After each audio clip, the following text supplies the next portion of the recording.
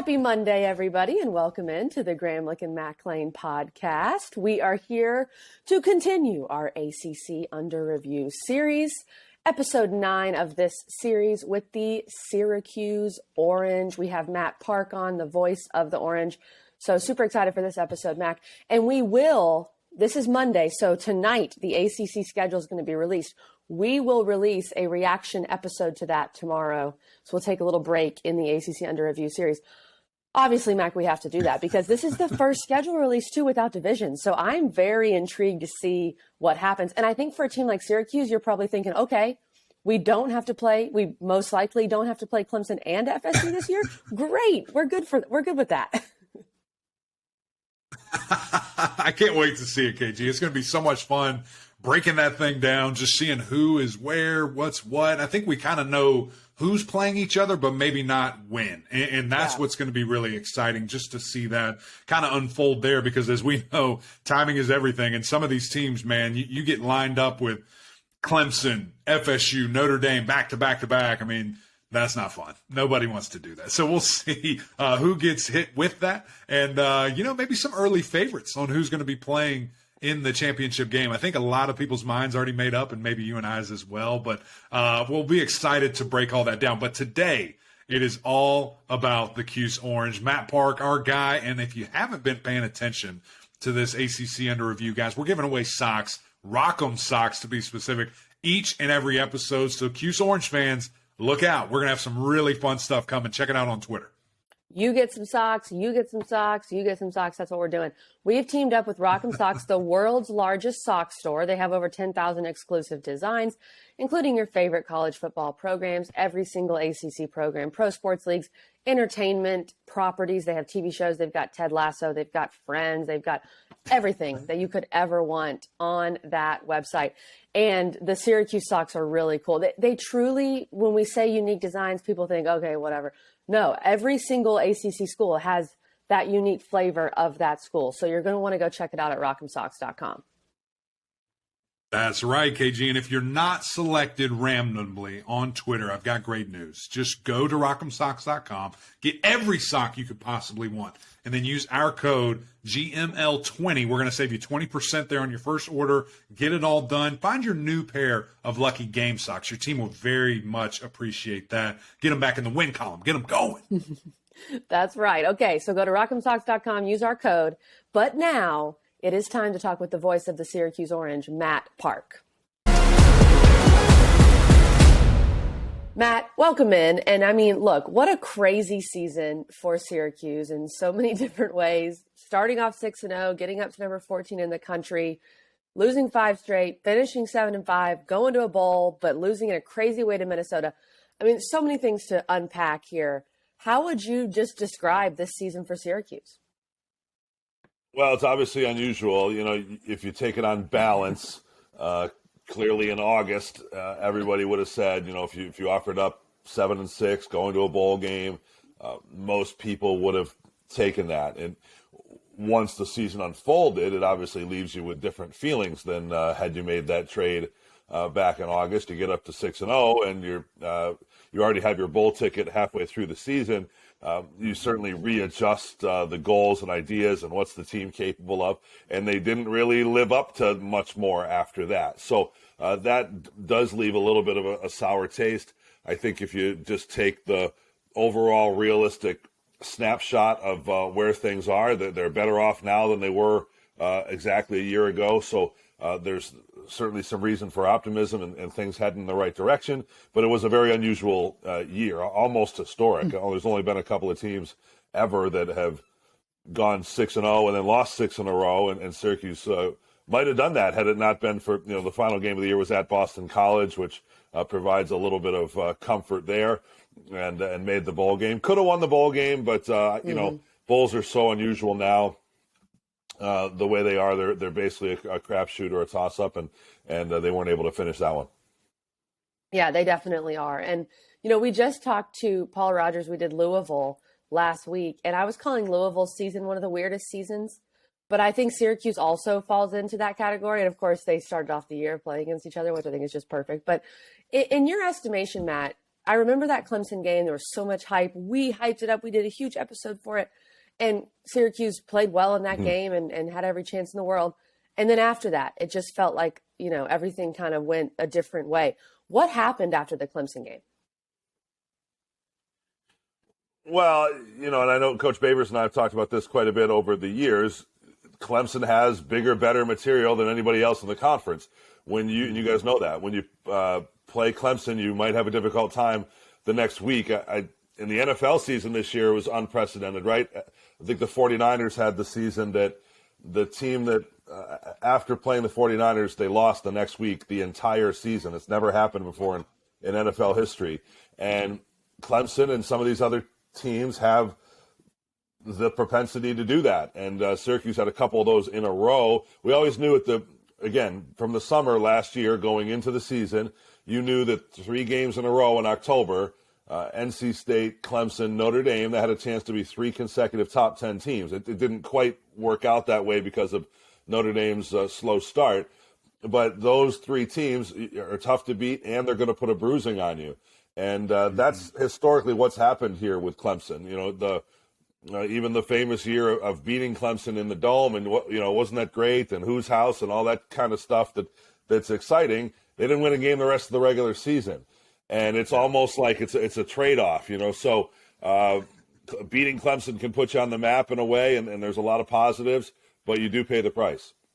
Yeah, man, a super interesting way to look at that, and just the physicality that those guys bring, and understanding the depth and building that, and different things of that nature. And just to look on a really positive side, I mean, the offense this year looked completely different. Obviously, Coach and I came in, revamped that thing. We know that he's gone. He's moved on to NC State, but Coach Beck is still there, and he's been with the Knife for so long, and Garrett Shrader's back, and Oronde Gadsden, all these pieces that, I think Cuse fans should be very excited about and understand that, Beck has been with the Knights so long, he's going to understand that and really, be able to put his twist on it. But I think there's a lot of optimism for this Syracuse offense going into 23. Yeah, I think, and I know you're going to want to talk about the coaching departures and the turnover of the staff there. I think if you just isolated at the coordinator positions alone, offensive and defensive coordinator, you can make the case that there was an upgrade at both. And that's not in any way to disparage Robert and I or Tony White, who left. They were very good coaches. Be happy if they were here. But they're not. And when you get Jason Beck, you have the younger version of somebody who has he's been the nuts of the thing, going from Virginia to Syracuse and what have you. And I think he's ready, willing, and able. I don't expect there to be a drop-off there.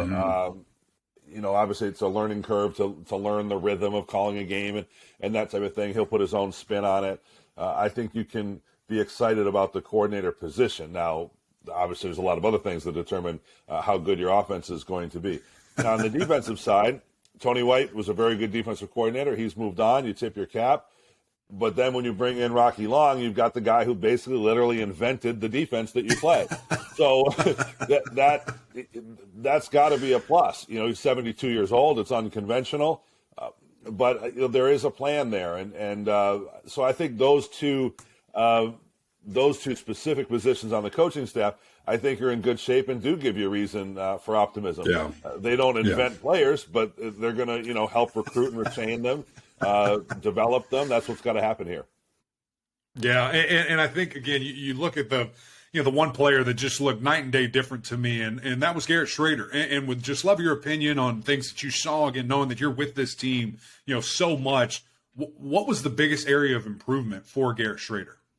Well, Garrett has seen a lot of football, and for a while there, now he's going to have another coordinator, right? So this is 5 coordinators in 5 years, basically, for Garrett Shrader. When you count his time at Mississippi State, clearly he wasn't a fit there. They moved him to a wide receiver even for a time, so he wanted to get back and get out and play quarterback. And his skills are evident. You see what he's able to do. He's big and can run and throw. I think what this staff did was try to isolate his strengths, make the decisions easier for him, allow him to play with more confidence and faster. He's excited. I'm sure you guys saw the quote, in the bowl preparations that, this is the most fun I've had playing football in my time in college. And that was just in a couple of weeks with Jason Beck. I think they have a tremendous rapport. I'm not concerned at all about the quarterback position for the coming year. I think Garrett will be very good. He's going to complete 2/3 of his passes. He's going to run to more than just a threat for the defense. Legitimate dual threat, productive player there. The question is going to be what else is around him. The offensive line and the perimeter and that type of thing. So, but that specific position, that relationship, coordinator and quarterback, I think is solid. Agreed on that. And we'll get to the offensive line in a second. But I do think Jason, back in his youth, and you look at the quarterbacks he's coached, Taysom Hill at BYU, all those guys at Virginia, and of course now Garrett Shrader, it feels like it just is a really good fit. So I'm excited to see that. And look, we all know Sean Tucker. All right. He was one of the best to ever do it at Syracuse. He's hopefully pleased with his career. We'll see. I think he may have tweeted that out. Before we look ahead to next year, just what's Sean Tucker's legacy at Syracuse?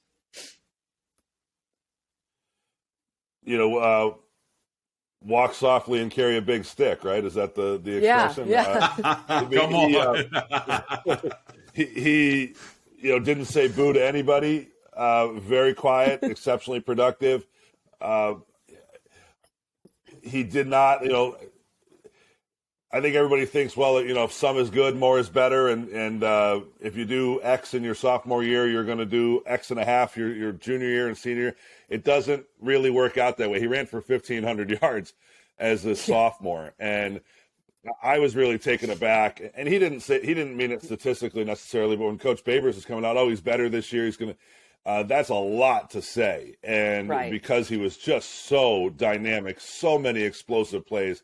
He had a 50-yard touchdown run 3-4 weeks in a row the prior season. And to live up to that is very difficult. And I think there's a number of reasons that he didn't produce the same type of numbers, and not the least of which is in the opening quarter of the opening game of the season, Chris Elmore, who's a tight end, fullback, lead blocker, he went down out for the year with an ACL. Mm-hmm. And Coach Babers told me after the season that they scrapped maybe 25% of what they had worked up in the preseason with wow. Robert and I. They had all these packages and things that they were excited about with Chris Elmore as a lead blocker. In fact, some of the coaches have told me in the last 2 seasons, we might be so obvious that our offense is tied to him that might be a problem.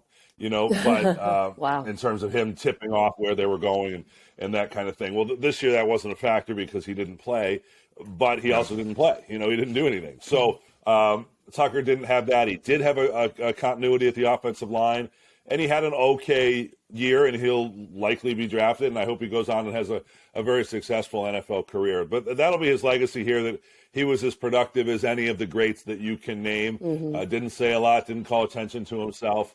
And that'll be it. And I think we're pretty excited about the next guy. LeQuint Allen has shown a lot of promise. New Jersey State Player of the Year, got some things going in the bowl game. And the backup running back doesn't play a ton here if the starter's as good as Sean Tucker. But now the starter's as good as LeQuint Allen. So we'll see what he's able to do. Matt, you read my mind there with LeQuint Allen. And I thought what we saw from him in the bowl game was really impressive. Kind of that next man up. I mean, I think Syracuse has had, obviously we know they've had a lot of great running backs in the past, but do you feel like LeQuint Allen's going to be that workhorse, fill the Sean Tucker role as best as he can next year? Yeah, I think what makes LeQuint Allen stand out is he is a football player. He could line up at a lot of different positions and do things for you. He, like Tucker, but even maybe more so, can catch the ball out of the backfield. He can really go in the open field. He can run between the tackles. He is the kind of guy that I'm sure in high school dominated at 6 or 8 different positions. So in college football it doesn't work quite that way. But I really think that they'll have some things that are creative for him, take advantage of his strengths. Clearly recruiting and depth, need to improve and to have more options and have a strong backup behind him and all of those types of things. But, there are a handful of areas that I don't have any concern about for the coming season, and that's one of them. I love it, man. Let's have another, kind of 3-headed monster here with Shrader, Oronde Gadsden, and LeQuint Allen. And I mentioned the other 2 earlier, and just looking at Gadsden and his emergence, I mean, it was just kind of like, we're sitting there on the huddle, and it's who the heck is that? Who is this guy? And it was like play after play, and then it was just more creative as the season went on. I mean, we line him up as a H-back. We line him up as a running back, do a rail route out of the backfield, wide open touchdown. He's just a mismatch problem. Anywhere he goes, it's like Waldo. You better know, where he's lining up. What made him so special? And I guess how can we expect to see that synergy, that relationship between Shrader and Gadsden even take another step this next coming season? Yeah, I think with Oronde, it's interesting that being the son of an NFL player, not a Hall of Famer or anything, but and in fact, you can't say he grew up around it. He was just barely born when his father was done in his, career with the Miami Dolphins. But I think he's got a great approach, frame of mind, and good advice. We were talking about, why has he maybe turned down NIL deals to go elsewhere? And I think if you think about it, if your father's in the NFL and says, look, you got a good situation. You're catching a lot of balls. You're doing what you're doing now. People know who you are. Yes, there might be a little bit of a bigger stage out there, but you don't know what you're getting when you go across the street to another place, another system, another quarterback, another coach. So he likes where he is. We had kind of a funny thing during the season. Third or fourth game, the Purdue game, he had the game-winning touchdown catch, and I think that may have been it. We made a remark about how tame he was, just kind of caught it and thought, okay, business as usual. And he had that approach really the most of the season, and I made some remark about that in the office, and people said, well, you forget after his first touchdown, he nearly hit the roof of the dome by throwing the ball straight up in the air and got a penalty. And so that was kind of knocked out of him right away, and whether talked out of him or coached out of him or whatever, he got it out of his system. And from that point forward, he was a very business-like player. He posts people up. He is a matchup problem. I think it's weird to call him a tight end. He's not a tight end. Right, I think that's weird too. Yeah. He's not lining up right next to the tackle and blocking people, and that's fine. Who cares? But he is a very dangerous matchup based on where he's put on the field, and I expect that to continue.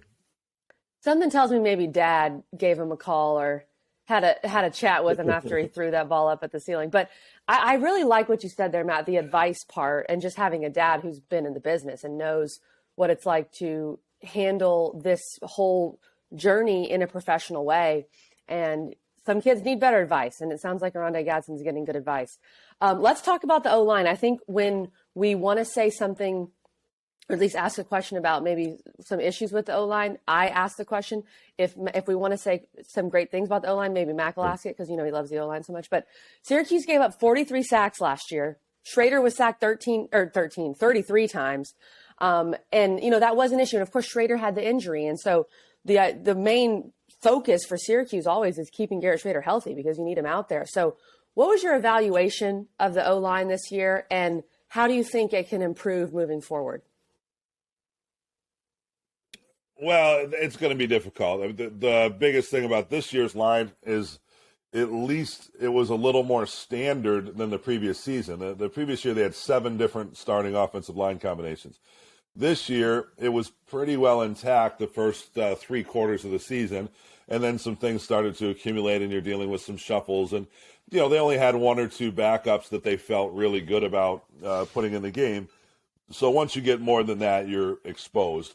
I would say a little bit with the Shrader sack count is he's a player whose one of his strengths is extending the play, making things happen with his legs. So maybe he once or twice has the ball a little longer than he should or eats it. Matt, I'm so glad that you just pointed that out because nobody else will. They just see, 4 sacks. The O-line must have sucked. No, they didn't see the quarterback run out of bounds 2 yards short of the line of scrimmage. Right. Yeah, and so that happens here and there. Not terribly concerned. Now, what was the story? Tommy DeVito goes and has a pretty good year at Illinois, and every broadcast I watch flips it on. Oh, he's so glad to be not getting pounded and buried every game because he played behind the Syracuse offensive line. And he got sacked a ton here, and he wound up on his back a lot, and it was tough going for him. Shrader's a more mobile kind of player and makes things happen. I'm not concerned about the actual sack count. I mean, you'd like to have fewer, of course, but Sure. The biggest concern here with the offensive line is I think you have to augment through older players, transfers in, whether it's from a four-year school or a junior college or what have you, because you just can't pop a 18, 19-year-old freshman into that spot and think they're going to be productive in this league, because that's very difficult. So they'll develop there. That's one of the areas, obviously, where there's a change in the coaching staff. And so I would imagine there'll be a setback at that position just by the nature of the career start. This is the experience. Last year they opened the year with more than 100 career starts, and it'll be nowhere near that this year.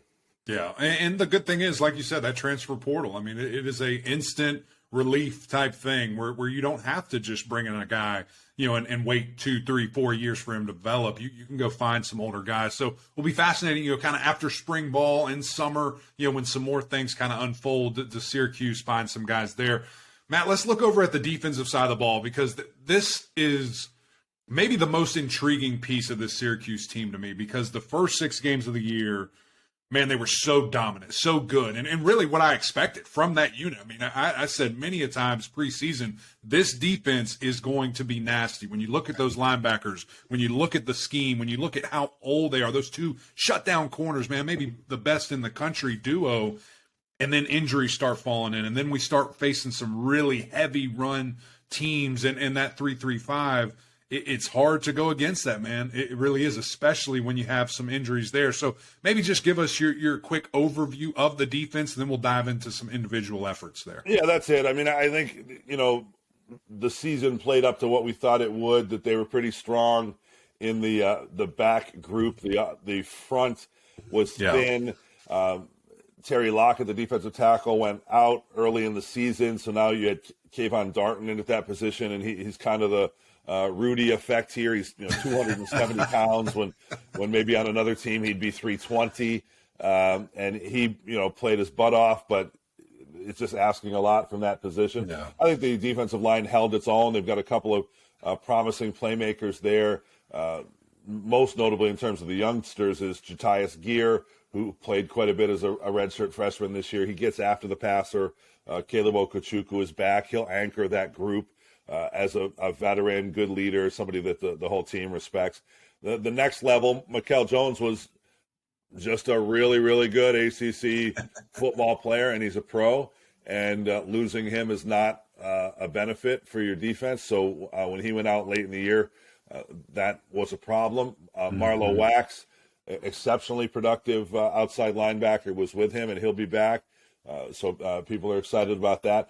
And then the defensive back group has been really pretty dynamic these last couple of years. But now, that's where other programs have targeted players. You're talking about 2 guys who transferred out to the Big Ten and the SEC, a couple more that are trying their hand at the pro draft. And you're going to have to replenish there. Now, they have a little bit with transfers in and that type of thing, some people that fit that same type of profile, but there's going to be work to do there. Yeah, and I'm actually going to kind of go off the beaten path right here, because I am interested, Matt, in your opinion on this. And I'm not saying that this happened, but we've seen it certainly other places with the tampering, with poaching of players and all these different things. What is your mindset on all of that? I mean, it can't be good for college football at the end of the day. I don't think it is, but you can spend the whole day talking about it. Again, what's your calendar? What's your schedule look like? What's your perspective? How did we get here? We got here for student athlete rights, student athlete mobility, student athlete marketing. There are unintended consequences. I think it's just what's happened. It's a free market. It is a free-for-all. And I don't know. I'm not claiming tampering or anything like that. I have no idea if any of that stuff goes on. But clearly there's always been a hierarchy. The idea that, we're creating a level playing field or something is nonsense. But what you're doing is, to me, it's kind of a farm system type deal. And if you have the payroll and the opportunity through NIL or what have you to coach, you're grabbing somebody a little lower on the food chain, and that's what's happening, so I think it's hard to develop players. It's hard to maintain. You have to re-recruit your entire team every year. I don't know that it's great. I mean, but I'm not your typical fan probably either. I think you'd have to ask them. Do you want to root for the same players for 2-3 years? But again, in college football, it was only 2, 3, 4 years anyway to begin with. We're not talking about, Brett Favre leading Darren Rodgers and whatever out there. So in retrospect, I think there was a big loss in terms of the NIL to right from the start understand, let's put some parameters on this that makes sense, whether it's caps, guidelines, any of that. But because none of that was ever really done, now it's the wild, wild west. You've heard that expression before. And whatever market forces are out there are going to come to pass. Now, the wheels are going to turn more slowly than a college career lasts. When any of these guys think, I'm just going to go over here for a year and play, and I'm going to go to the NFL draft. The time it's going to take for that whole cycle of NIL, realizing, is this worth their investment or not? Is it working? How should we do it? What kind of money do we give to the volleyball team? That's all going to take years to sort its way out. And it's fine, just whatever your metaphor is here, just let it kind of play out. But the shelf life of any individual athlete is moving much more quickly than those things are. I do think, though, and I like to spin the positive when I can. I do think, for a school like Syracuse, or just a school that maybe doesn't get your 5 stars, your 4 stars generally, what TCU did this year using the portal has to be very encouraging. And I think encouraging for a lot of other schools. I mean, I know they obviously got blown out in the Natty, but to get there using mainly the portal, not having, TCU has obviously some money to work with, but I do think that's encouraging for Syracuse and for other schools out there as well. And Matt, I want to ask you this too. We can't ignore the fact that especially at the beginning of the season, the 6-0 run, the JMA Wireless Dome, which that's still hard for me to say, was rocking. It was packed. The environments were really great. Did you feel like there was a lot of legitimate excitement around Syracuse, especially early in the season? Yeah, I think as that built, people want to see a winner. People want events. And when you start building it up, hey, 5-6-0, and you're able to say this is the biggest game since blank, it maybe brings people out to the game that aren't every week season ticket holders and going to be there no matter what. So I think there's that. I think that here specifically, the student section deserves a great credit. That they've never really been known as creating much of a buzz going on here. And then after COVID, I think they were itching to get out and do something. And the bar has just been set much higher in the last 2 or 3 seasons with the student section. And that sort of creates a vibe that, hey, it can be fun at these games, and let's let that spread around. And when the team rewards it and you win games here and there, absolutely. I think there's the build and the buzz. The schedule's about to come out for next season, and people, that's what you do at this time of year. You're trying to sell football tickets and that type of thing for the coming year. So we'll see how well that converts. But with the new roof on the building and the scoreboard and that type of thing, we could really capable of doing some neat things and keeping the sound in and making it loud. It's a tough place to be if you're an offense on third down, that's for sure. There's no question about it. Had my fair share of those, but being able to see it in person this year when we came and visited you guys, it's beautiful, very well done, and like KG and you said, that student section, they bring it, man, and excited for the future. Matt, appreciate your time, man. This was a ton of fun, and appreciate your coverage. Thanks for joining us today. Sounds good, guys. Thanks. Keep up the good work.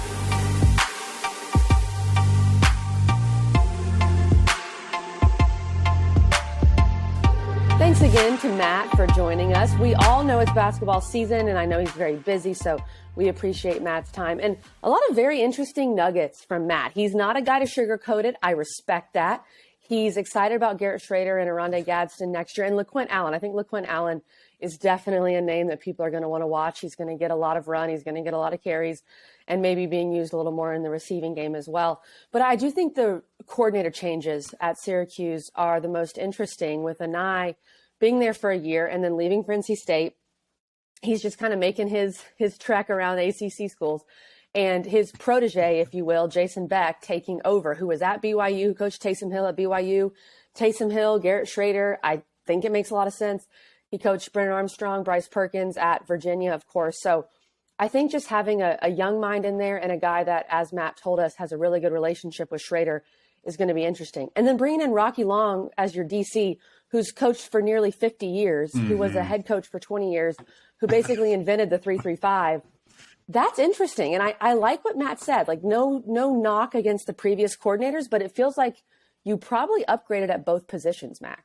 Yeah, and very interesting kind of, perspective there. But when you look at it and you think of, okay, you have a guy that created this thing, a guy that made it very popular, brought it to the light and designed it for so long, and I really like what he said, that there's a plan in place. So to me, bring in Rocky for a couple of years, you're grooming somebody. Somebody is just an absolute sponge, taking everything that they can from him. And then there's that natural elevation of DC that eventually will occur there. So I love the move. Anytime you're bringing in the godfather of a defense specifically, you got to feel really good about that. And then all those things that you said about, Coach Beck there, I think that, doing some research on him, many moons ago when we were talking with him and doing these different things, just the biggest, I guess, highlight that people love to talk about is his calmness, his just in the moment type thing, that when there's chaos happening everywhere else, he's just right here, centered, ready to go. Let's play offense. Let's be very cerebral about what we want to do. And I think quarterbacks like that. And I think that,